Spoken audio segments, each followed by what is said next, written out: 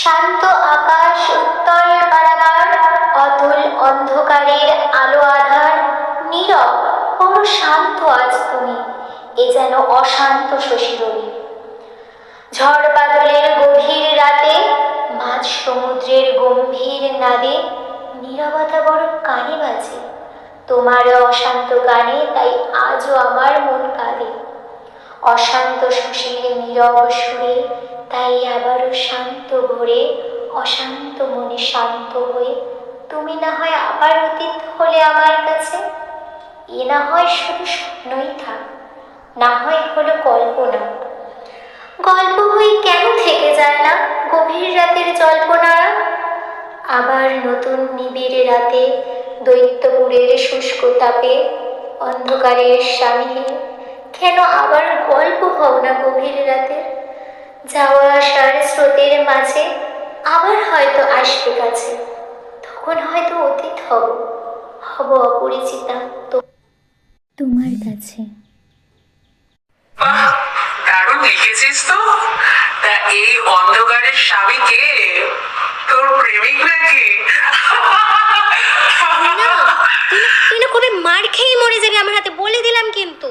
আমি যাচ্ছি, তুই তুই সর এখান থেকে। আরে আরে আরে, না না না না না, এই না, সরে যা সরে যা সরে যা। ভাবলাম যাওয়ার আগে একটু তুই দেখা করতে আসবি, কিন্তু তুই তা না করে, মানে মানুষ তো অ্যাটলিস্ট দেখা করার আগে যখন দরজা দিয়ে ঢুকছে তখন তো একবার একটা আওয়াজ দেয়। তুই এসেরকম দাঁড়িয়ে দাঁড়িয়ে ফার্স্টে তো আমার কবিতা শুনবি, তারপরে শুনে আবার এরকম, মানে তোকে না আমি কোনদিন মেরে ফেলবো। আমি আমি চলে যাচ্ছি, যা, তোর সাথে কথা বলার দরকারই নেই আমার। তুই এখান থেকে মুডটাই খারাপ করে দেয়। আচ্ছা আচ্ছা আচ্ছা আচ্ছা, I am sorry I am sorry. ঠিক আছে, শান্ত শান্ত, মুড ঠিক কর। আচ্ছা, আমার বলে দেবো উচিত ছিল। ঠিক আছে, আচ্ছা এটা বল, তুই তো বিকেলে পার্টি রেখেছিস শুনলাম, কিন্তু তুই তো আমাকে পার্টির কথাটাই বলি, কখন আসতে হবে তা তো বললি না। ও হ্যাঁ, সরি, আসলে জানিসই তো, বুঝতেই পারছিস, অনেক দিনের জন্যই যাচ্ছি, বলতে পারিস বছরের জন্য।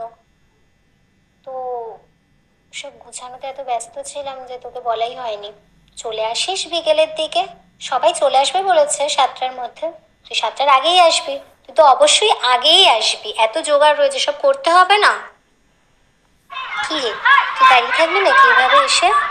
এসেছিস তো অনেকক্ষণ হলো। শোন না, একটা আবদার করবো, রাখবি?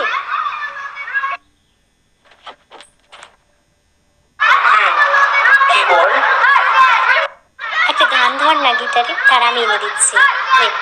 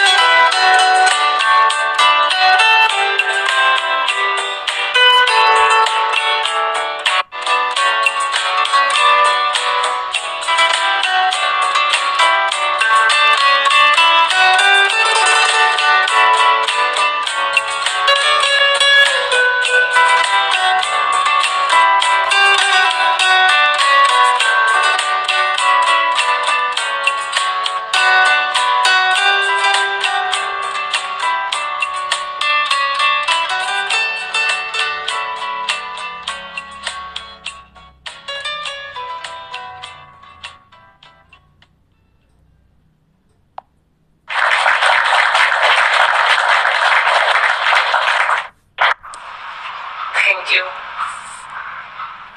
এই সৌমিক, একটু এদিকে শোন। হ্যাঁ বল। এনে, এটা তোর জন্য। তাই?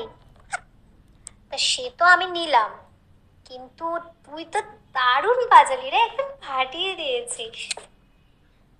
আজকে কিন্তু সব বন্ধুরা মিলে আমরা ঠিক করেছি এখানে থেকেই গল্প করবো। মনে হয় তোরও কোনো problem হবে না এখানে আজকে গল্প করলে। সব গল্পগুলো কি শুধুই শেষ হয়? কোনো গল্প পারে না শেষ থেকে শুরু হতে? কোনো কল্পনা হতে পারে না বাস্তব? স্বার্থপরের এই দুনিয়াতে কি থাকতে পারে না এক মুঠো ভালোবাসা? পারে নাকি শেষ থেকে শুরুর একটা গল্পে এক মুঠো শীতের রোদের উষ্ণতা? চলুন আজ তেমনই এক গল্পের দুনিয়ায় আপনাদেরকে ভাসিয়ে নিয়ে যাওয়ার পালা। এটা কাউকে খোঁজার খেলা। দেখুন তো খুঁজে পান কিনা সেই মনের মানুষকে। না না, আর বেশি কিছু জিজ্ঞেস করবেন না, এর থেকে বেশি আর কিছু বলতে পারবো না। এবার গল্পটা শুনেই দেখুন। তাকে খোঁজার দায়িত্ব কিন্তু সৌমির সাথে সাথে আপনাদেরও রইল। শুয়ে শুয়ে সবে সামনের সেমিস্টারটার কথাই ভাবছিল সৌমি। এমন সময় বেলটা বেজে উঠল। কে? দাঁড়ান, যাচ্ছি। বলুন।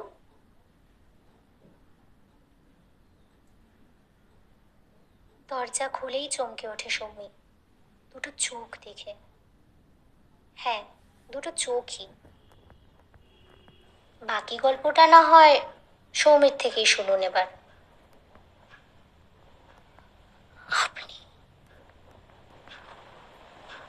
চোখ দুটো আমার খুব চেনা, কিন্তু কিছুতেই মুখটা দেখা যাচ্ছে না। মাস্ক দিয়ে ঢাকা যে।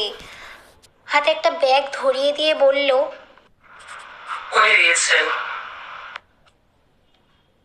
গলা শুনে একবার যেন কেঁপে উঠলাম। হাতের ইশারা দেখে বুঝতে পারলাম ব্যাগটা দাদাভাই এনার হাত দিয়ে পাঠালো। আমি দাদাভাইকে ব্যাগটা পেয়ে গেছি বুঝিয়ে সবে তার দিকে ঘুরতে যাব, এর মধ্যেই সে আর নেই। ঘরে এসে দেখি ব্যাগে কয়েকটা বই। জানি দাদাভাই পুরনো বইগুলো দিয়ে গেল, কিন্তু কিন্তু সেই চোখ আর গলার স্বর, এই যে তার গলা, আমি চিনি আমার খুব কাছের মানুষটার গলা, কিন্তু কিন্তু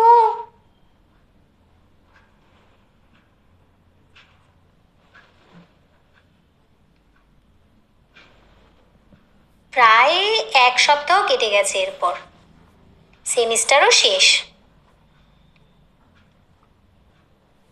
এবার একটু শান্তিতে আমি আজকের ঘুমাবো। খুব চিন্তা হচ্ছিল সেমিস্টারটা নিয়ে। ওহো, আমি তো ভুলেই গেছি, আজ তো জন্মাষ্টমী। দেখেছেন তো, আপনাদের সাথে কথা বলতে গিয়ে আমি ভুলেই গেছি এই কথাটা। ভগবান, আমি আর মা তো এই দিন মন্দিরে যাই পুজো দিতে। আর এবার সেমিস্টারও শেষ হয়ে যাওয়ায় মন্দিরে যাওয়ার কোনো অন্যতা হচ্ছে না। কিন্তু বহুদিন পরে একটু অন্যমনস্ক হয়ে সেই আকাশি রঙের শাড়িটা বার করলাম। কেন জানি না, আজ খুব সাজতে ইচ্ছা করছিল। এমনিতে আমি সাজি না, কিন্তু আজকের দিনটা একটু অন্যরকম ছিল। তাই শাড়ি, ঝুমকো দু একটা কানের, হাতে সাদা রঙের চুড়িগুলো পরে কপালে একটা ছোট্ট কালো রঙের টিপ পরলাম। না না, এসব ভাববেন না, আমার এই সাজের জন্য যেতে দেরি হয়েছে। যথা সময় মন্দিরে পৌঁছে গেছি। তবে হ্যাঁ, আজ মন্দিরে খুব ভিড়ই রয়েছে, অনেক লাইনও পড়েছে। যাই হোক, লাইনে দাঁড়িয়ে পুজো দিয়ে বেরোচ্ছি, ঠিক সেই সময় লাগলো ধাক্কা। হাত থেকে পুজোর ফুলটা পড়ে যেতেই মাথাটা এক ঝটকায় গরম হয়ে যায়। সবে ঘুরে বলতে যাচ্ছি এমন সময় তাকে দেখতে পাই। সব কেমন যেন গন্ডগোল পাকিয়ে যায় আমার। সময় যেন এক মুহূর্তের জন্য থমকে যায়। ও এখন এখানে, মানে মানে মানে আমি ওইদিন ঠিকই দেখেছিলাম। সেই সেই একই চোখ, সে একই গলার স্বর। এতদিন পরীক্ষার চাপে সেই দিনটার কথা একদম ভুলেই গেছিলাম, আজ আবার মনে পড়ে গেল। না, আমার ভুল হয়েছে, আমার আমার ওটা দেখা উচিত ছিল, আমি কেন দেখিনি। বাড়ি এসেই সেই চিঠিটা তন্ন তন্ন করে খুঁজতে লাগলাম। হন্যে হয়ে খোঁজার পরে অবশেষে চিঠিটা পেলাম। চিঠিটা এতদিনে একবারও খুলে দেখা হয়নি, আজ সেটা খুললাম। আজ থেকে প্রায় 5 বছর আগে দিয়েছিল। হ্যাঁ, সেই মানুষটাই দিয়েছিল। তখন চিঠিটা খুলে দেখা হয়নি আর, বলা যায় চিঠিটা গুছিয়ে রেখে প্রায় একরকম ভুলেই গিয়েছিলাম সেটার কথা। আজ অবশেষে সেটা খুলে দেখার পালা। জানি না কি অপেক্ষা করছে আমার সামনে। আমি জানি না এই চিঠিতে কি লেখা আছে, কিন্তু কিন্তু মনটা যেন কেমন ব্যাকুল হয়ে উঠছে, পাগল পাগল লাগছে। আস্তে আস্তে করে চিঠির ভাঁজগুলো খুলে মেলে ধরলাম চোখের সামনে। প্রিয়, জানি তুই হয়তো যখন এই চিঠিটা খুলছিস তখন হয়তো অনেকটা দেরি হয়ে গেছে। আমি জানতাম চিঠিটা পেয়ে সঙ্গে সঙ্গে আর মেয়ে তুই নোস, তবু দিলাম। কোনো কোনো একদিন কোনো কোনো সময় তো অবশ্যই খুলে দেখবি, তখন না হয় পড়িস। আমি তোকে কোনো বলে উঠতে পারি, তুই তো জানিস আমি আমি কতটা চাপা স্বভাবে। কিন্তু আজ যখন লিখছি তখন কোনোরকম ভনিতা করবো না, তোকে সবটা খুলে বলতে চাই। জানি না কতটা দেরি হয়েছে, কিন্তু কিন্তু আমি তোকে সবটা বলতে চাই। জানিস, তুই আমার কল্পনার জগতে আমার সবচেয়ে কাছের সঙ্গী ছিলিস, আজও আছিস এবং ভবিষ্যতেও থাকবি। হয়তো এরপর আর দেখা হবে না, বা হয়তো হয়তো কখন আবার দেখা হবে। হয়তো চিনতে পারবি না, বা হয়তো চিনাও ডাকবি না। আমি কিন্তু কখনো বলবো না তোকে, তোকে কখনো বলা হয়নি জানিস। আমার জীবনে তুই সেই প্রথম কেউ যার চোখের এক দেখাতেই আমার হৃদয় তোল পার হয়ে উঠেছিল। হয়তো তুই অন্য কারোর, হয়তো বা খুব খুশি আজ তাকে নিয়ে, কিন্তু তোর অপেক্ষায় আমি আমি সেদিনও ছিলাম, আজও আছি। হয়তো যেদিন তুই এই চিঠিটা পড়ছিস সেদিনও আমি তোর অপেক্ষাতেই থাকবো।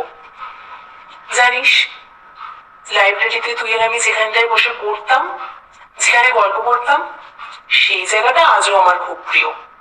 কেমন যেন তোর গন্ধ পাই সেখানে গেলেই।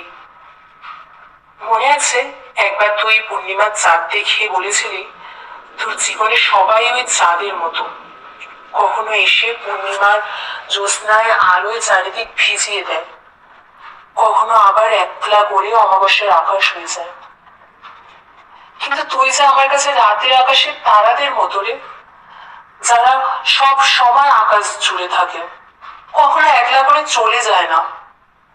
জানিস, তোকে গরম চায় হালকা মিষ্টির মতো করে পাশে চেয়েছিলাম, বর্ষার রাতে একসাথে হাঁটতে চেয়েছিলাম, শীতের রাতে কম্বলের মতো করে তোকে সাথে চেয়েছিলাম, সমুদ্রের স্রোতের মতো একসাথে এগোতে চেয়েছিলাম, তোর হাতটা নিজের হাতে নিতে চেয়েছিলাম রে। জানি কখনো হয়তো যেমন বলে ওঠা হয়নি, তেমনই হয়তো আর বলে ওঠা হবেও না। তবু জানিস, তোকে কবে যেন ভীষণ ভালোবেসে ফেলেছিলাম রে। জানি না তুই আজও রাতের আকাশটাকে দেখিস কিনা, দেখলে হয়তো জানতে পারতিস তারাগুলো কখনো রাতের আকাশটাকে ছেড়ে যায়নি রে। আর তোর চাঁদের আলোর থেকেও এক মিষ্টি আলো তারা হয়তো তোর ঘরে এনে ফেলে, কিন্তু তুই কখনো খেয়াল করিস না তাদের। সব কথাগুলো না লেখা যায় না, নীরবেও বহু কথা লুকিয়ে থাকে। আজ না হয় তোর সেইগুলোই বুঝে নেবার পালা। আর বিরক্ত করবো না, সামনে দেখলেও কোনোদিন এই নিয়ে কোনো কথা বলবো না। শুধু তোকে জানাতে খুব ইচ্ছা করছিল রে। যাই হোক, ভালো থাকিস। তোর তোর রূপ। শুভমিত্র।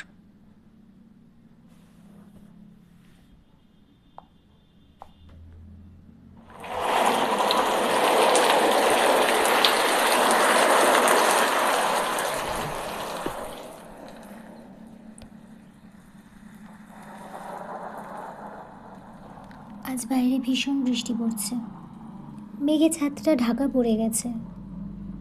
তবু বারান্দায় গিয়ে দাঁড়ালাম। বৃষ্টির ছাটে চশমার কাঁচটা ধীরে ধীরে ঝাপসা হয়ে আসছে, যেন নাকি চোখ দুটোর দৃষ্টি ঝাপসা হয়ে আসছে। চুলগুলো হাওয়ায় উড়ছে আর সাথে সাথে বৃষ্টির ছাটে ভিজছে। হঠাৎই খেয়াল পড়ে তারাগুলোর দিকে।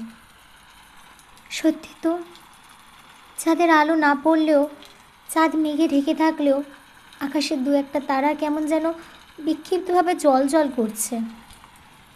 এর মধ্যে হঠাৎই কারেন্ট চলে গেছে। বুঝতে পারলাম তারাদের এক মিষ্টি স্নিগ্ধ আলো সত্যিই অন্ধকারে যেন বড় মায়াবী সুন্দর দেখাচ্ছে। নিজের অজান্তেই চোখ থেকে দুফোঁটা জল গড়িয়ে পড়ল। আর আটকে রাখতে পারছি না নিজেকে। ছুটে চলে গেলাম ঘরের ভিতর। গাড়ির চাবিটা নিয়ে বেরিয়ে পড়লাম। যাকে এতদিন ধরে শুধু খুঁজে চলেছি কল্পনায়, যাকে ভালোবেসেছি, ভেবেছি যেটা আমার একতরফা ভালোবাসা মাত্র, তা আজ এভাবে ভুল প্রমাণিত হবে বুঝতে পারিনি। কিন্তু কোথাও তো কেউ নেই। আমি জানি, আমি সব জায়গায় খুঁজেছি, যে সমস্ত জায়গায় আগে কথা হতো সেখানে, এছাড়াও যেখানে সে যেত সব জায়গাতে। তবে কি এখনও সে ধরা দেবে না? আমার তাকে খোঁজার বেলা কি এখনও শেষ হয়নি? আর ভালো লাগছে না। বুকের মধ্যে কেমন যেন একটা হচ্ছে, গলার কাছে কি যেন একটা দলা পাকিয়ে রয়েছে। চোখ দুটো যেন আর বারণ শুনতে চাইছে না। আর কোথাও খোঁজার নেই তাকে, কোথাও না। বাইরে বৃষ্টি তখনও পড়ছে। গাড়ি নিয়ে সেই জায়গাটাতে গেলাম যেখানে 5 বছর আগেও কখনো মন খারাপ থাকলেই এসে বসতাম। একদম একা। আমার এই গোপন প্রিয় জায়গাটার সম্বন্ধে কখনো কাউকে বলিনি, কেউ জানেও না, সেও জানে না। বৃষ্টিটা অনেকটা কমে এসেছে, তাই ছাতাটা গাড়িতে রেখেই নেমে পড়ি। এগিয়ে যাই ঝিলটার কাছে। বেশ বড়ই ঝিলটা। অন্ধকারেও ঠিক খুঁজে পেয়ে যাই নিজের পছন্দের সেই কৃষ্ণচূড়া গাছের নিচে থাকা সেই বেদিটা। সেখানে গিয়ে বসে পড়ি। সত্যি জায়গাটা মন খারাপের একটা ওষুধ যেন। ঝিলের জলে বৃষ্টি পড়াতে যেন একটা ছন্দবদ্ধ সুরের সৃষ্টি হচ্ছে। সেই সুরের মায়াতেই যেন স্তব্ধ হয়ে রইলাম কিছুক্ষণ। তারপর অন্ধকারে চোখ সইয়ে আসতেই বুঝতে পারলাম জায়গাটা বদলায়নি। হয়তো আমরা মানুষগুলো অনেক বদলে গেছি, আমাদের মন খারাপের কারণগুলো আরও বদলে গেছে, কিন্তু জায়গাটা বদলায়নি। প্রকৃতি যেন সেই স্মৃতিগুলোকে আজও খুব আগলে রাখার চেষ্টা করছে, এই না বদলে যাওয়া জায়গাটাকে রেখে দিই। এই বৃষ্টির ছন্দবদ্ধ সুরে একটা যেন ভালো লাগা আছে। বৃষ্টিটা আবার বাড়ছে। একবার ভাবলাম ছাতাটা নিয়ে আসি, কিন্তু উঠতে পারলাম না। মনটা খুব ভারী হয়ে আসছে। এরই মধ্যে খুব ধীর শান্ত কিন্তু সুন্দর একটা গান কোথা থেকে যেন ভেসে আসছে। কে গাইছে? এই বৃষ্টির মধ্যে কে গান গাইতে পারে জানি না, তবু সেই সুর লক্ষ্য করেই এগোতে থাকলাম। গিটারে গান গাইছে কেউ। আনমনেই হেসে ফেললাম। গানের সুরের উৎস লক্ষ্য করে এগোতে লাগলাম। ঝিলের পাশ ধরে দূরের ওই রাধাচূড়া গাছটার নিচে বসে কেউ গাইছে। গানটা আস্তে আস্তে খুব স্পষ্ট হয়ে যাচ্ছে। আরে এটা তো সেই গানটা যেটা আমরা একসাথে দুজনে মিলে গাইতাম। গানের লাইনগুলো আস্তে আস্তে আরো স্পষ্ট হয়ে যাচ্ছে।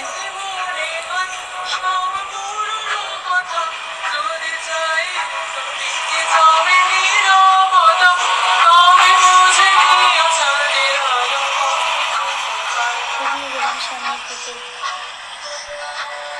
স্তব্ধ হয়ে দাঁড়িয়ে রইলাম। মুখ দিয়ে যেন একটা কথাও সরতে চাইছে না।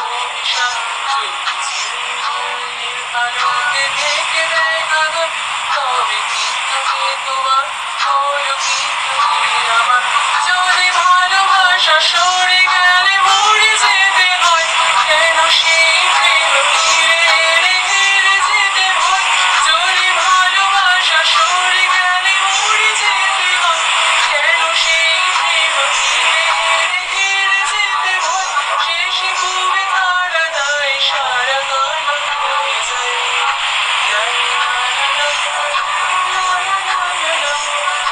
লা লা লা লা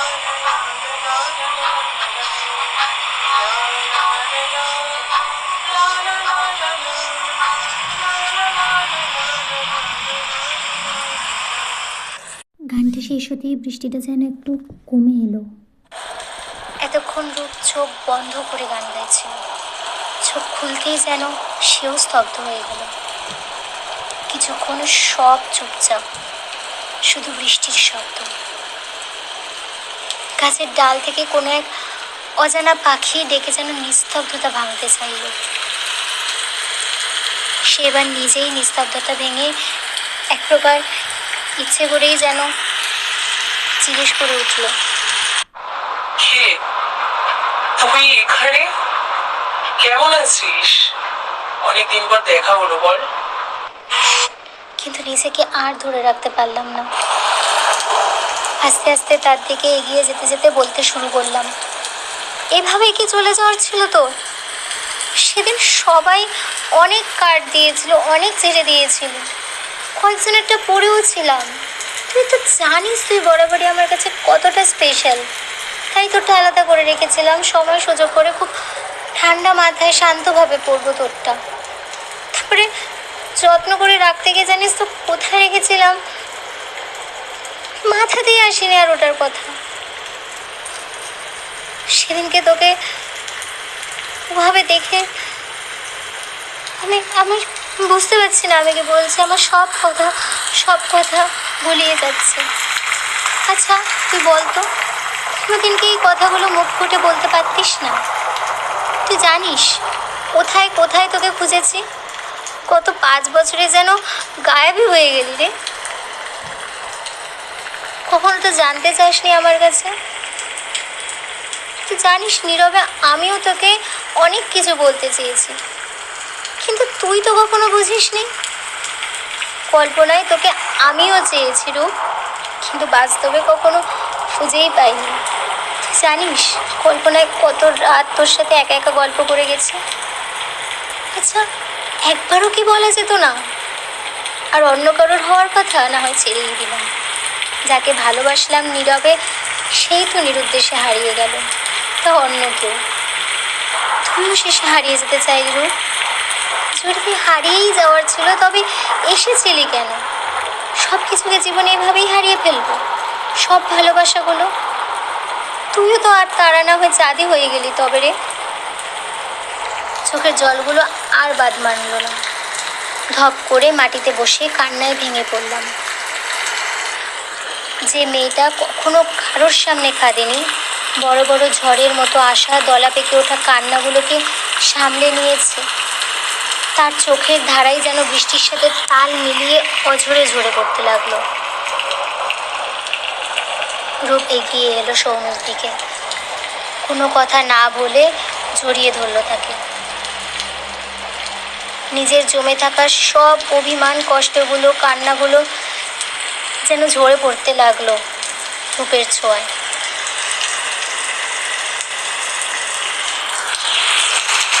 অঝোর ধারায় ক্রন্দন চলতেই লাগলো।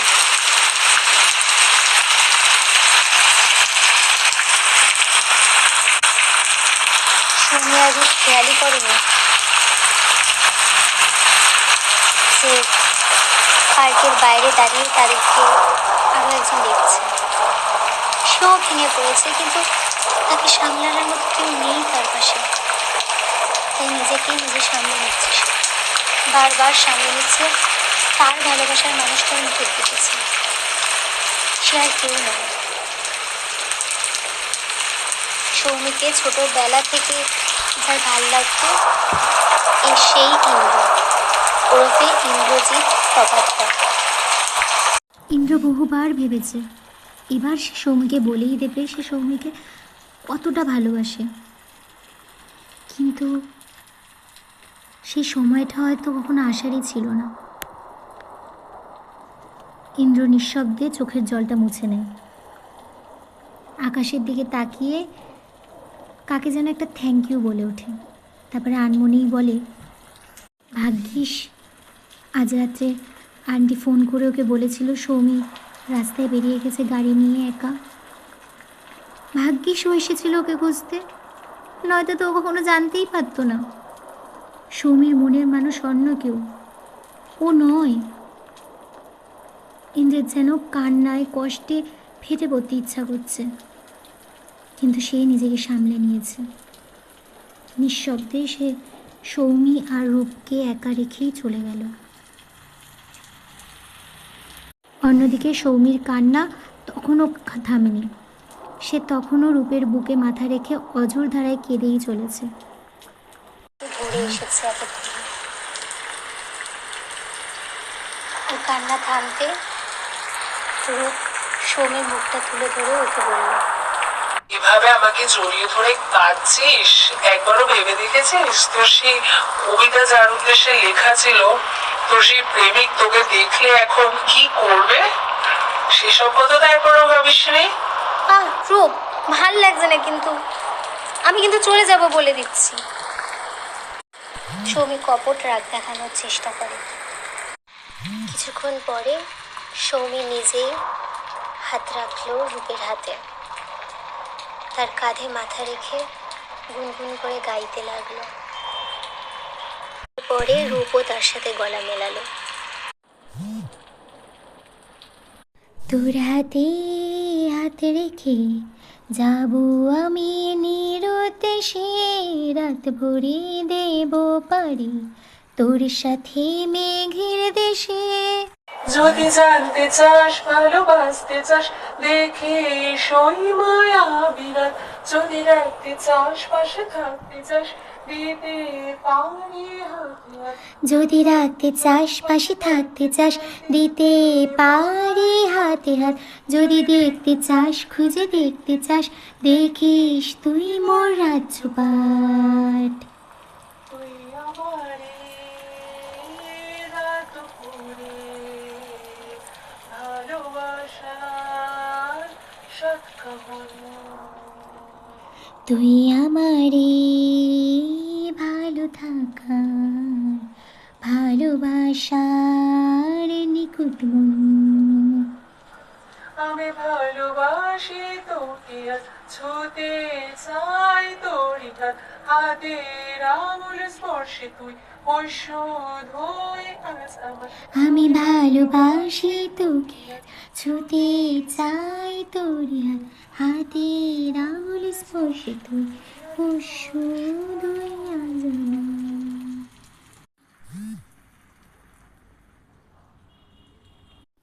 সৌমি বা রূপ কেউই জানে না ওদের এই মিলন আদৌ চিরস্থায়ী হবে কি না। তারা এও জানে না তাদের মিলন ক্ষণিকের নাকি চিরজীবনের। শুধু একে অপরকে খুঁজে পাওয়ার, একে অপরকে ভালোবাসার আনন্দেই তারা মেতে থাকতে চায়। সত্যি এটুকুই তো জীবন, প্রত্যেকটা মুহূর্তই তো তাতে আনন্দ করা দরকার। ভবিষ্যৎ তো আমাদের হাতের বাইরে না। এই যেমন ধরুন ওদের একে অপরকে খুঁজে পাওয়ার সাক্ষী হয়ে রইল রাতের আকাশের তারারা, সেই ঝিল, কৃষ্ণচূড়া রাধাচূড়া গাছটা, ওই দিনের বৃষ্টির ধারারা, আর ইন্দ্র আর তার ব্যর্থ প্রেম। সত্যি যদি এমনভাবে সব প্রেমের গল্পগুলো পরিণতির আশা না করে শুধু ভালোবাসতেই জানতো না, আজ হয়তো কিছু গল্প অসমাপ্ত তকমা পেত না। এইভাবে যদি না বলা কথাগুলো সফল হতো, তবে হয়তো দূর থেকেই দুটো মানুষকে একে অপরকে শুধু নীরবে ভালোবেসেই যেতে হতো না। যদি সব নীরবতা এভাবে ভাষা পেত না, তবে হয়তো আজ এত সম্পর্ক অপরিণত থাকতো না। তবে আপনাদের একটা কথা বলার আছে, গল্পের চরিত্র দুটির নতুন নাম দিয়ে নিজেদের স্বপ্ন রঙের তাকে রঙিয়ে তুলেছেন, তুলুন, তবে সেই রং হারিয়ে ফেলবেন না যেন। ইন্দ্র হয়ে যাবেন না। অবশ্য সৌমি কিংবা রূপও হতে বলবো না, কারণ ওদের ভাগ্য ওদের সাথ দিয়েছে।